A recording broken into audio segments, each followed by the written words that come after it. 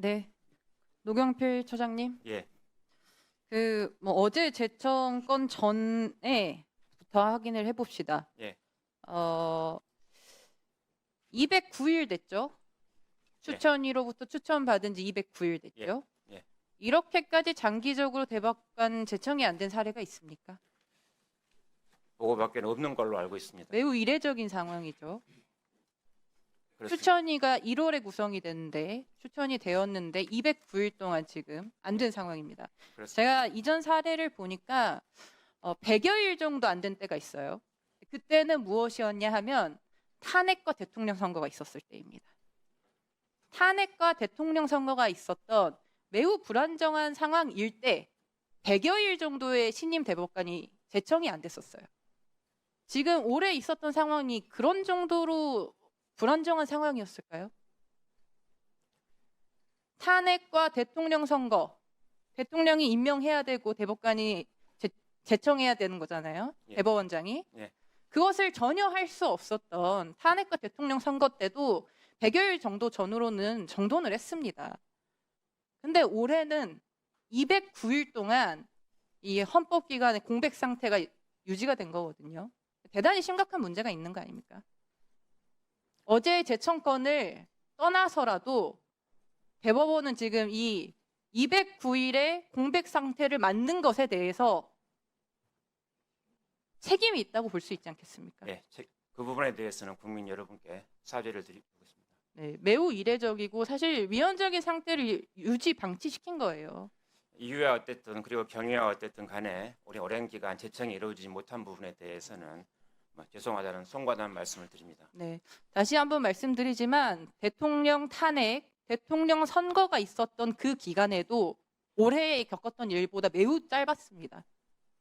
209일 동안의 이 방치 상태는 매우 이례적이고 위헌적인 상태가 유지되고 있다는 것을 말씀을 드리고요. 후보 추천위원회를 새로 꾸리려고 하셨다고. 예, 그게 아니요, 한 게 아니라 여러 아이디어 중에 하나였었습니다. 아이디어였는데 전화하셨잖아요. 전화하신 거면은 실행하려고 하셨던 거 아닙니까? 아까도 말씀드렸지만 후보자 모두가 동의해야만 가능한 실현 가능성이 있는 문제이기 때문에 그러니까 그거는 이제 아이디어 차원으로 끝난 건 아니고요. 전화를 한 순간부터 실행을 하신 겁니다. 그렇게 그러니까 아이디어는 아니죠. 생각만 한 건 아니잖아요. 전화를 해서 확인을 하려고 하신 거니까 그건 실행하셨다고 하셔야 되는 게 맞고요. 그 새로운 후보자를 추천하려고 했던 게 4명의 후보자가 뭐 부적격하다 이렇게 보신 겁니까? 그게 아니라 말씀하신 것처럼 209일 동안이나 후보 추천이 되지 못하고 있기 때문입니다. 제청되지 못하고 있었기 때문에 이러한 경색 국면을 하나 풀어보는 차원에서, 풀어보는 아이디어 차원에서 아니 4명이 추천이 1월에 됐는데 그때 안 된 거잖아요. 네. 제가 지금까지 이례적인 상황인 탄핵과 대통령 선거 때도 100여일이면 된다고 했는데 네, 통계적으로 보면은 10여일이면 다 했던 일입니다. 근데 제청이 안 된 거예요. 네. 그 상태를 방치를 하고 있다가 방치하지 않았습니다. 그 후보자 추천을 결국에는 새로 추천을 하려고 했던 거잖아요. 그러면은 그때는 4명에서는 안 될 것 같고라고 했는데 손봉기 후보자를 어제는 제청을 하신 거네요. 그 안은 바로 폐기됐습니다. 어제 제청한 게요? 아니. 손봉기 후보자가 아까 새로운 안을 꾸리는 부분은 후보자들 중에 상당수가 반대를 했기 때문에 바로 폐기가 됐습니다. 네. 그러면은 그 새로운 후보 추천위를 꾸리려고 전화를 했던 시기가 언제입니까? 정확하게 기억이 나지 않으세요? 기억하셔야 되는 거 아닐까요? 209일의 모든 상황에 대해서 저는 직접 전화하신 거 아니세요? 직접 전화했습니다. 시기가 대략적으로 어떻게 됩니까? 지난주 초쯤 되지 않았을까 싶습니다. 지난주에 전화를 하셨어요?